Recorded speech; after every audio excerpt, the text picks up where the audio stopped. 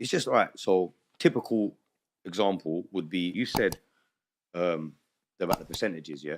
So right, a girl normally how they would contact me would be online. So it'll be through the website.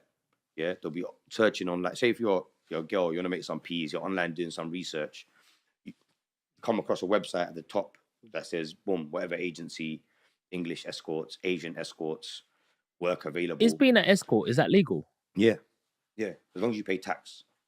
Then if you don't, then they'll fuck you over. But as long as you pay tax, all right, a woman can selling sex is legal. But like someone can say to someone else, right, I'm going to charge you £80 for whatever. That's not a crime. If it's between two people, it's legit. So it's legit. But how did this all start? Mad, bro. It's just randomly, you know. Right? A girl actually approached me and said, yo, let's make some money together. A couple of girls have done it. Actually, it wasn't one. Really? It was 2 different occasions. 2 different. In what sort of environment did the girl just ask you? One woman she was a bit of a crackhead. She was a bit of a nitty, yeah. She used to pick up. Long story short, she was a bit of a crackhead one where she probably wanted to make money for drugs. I came across her and we just started working because, you know, she obviously needs security. She knows she can't do it on her own.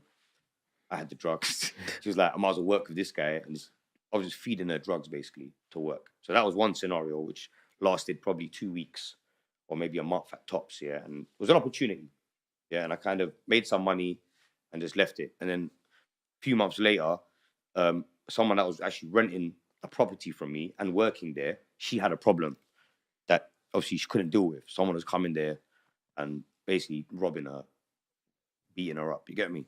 And she needed someone to help her. The first person she turned to was the guy she's renting the flat off. So she shouted me, I've gone down there. I felt like I have to do something in it. Cool. She's on her own. She's renting this place off me. She pays more than the usual rent.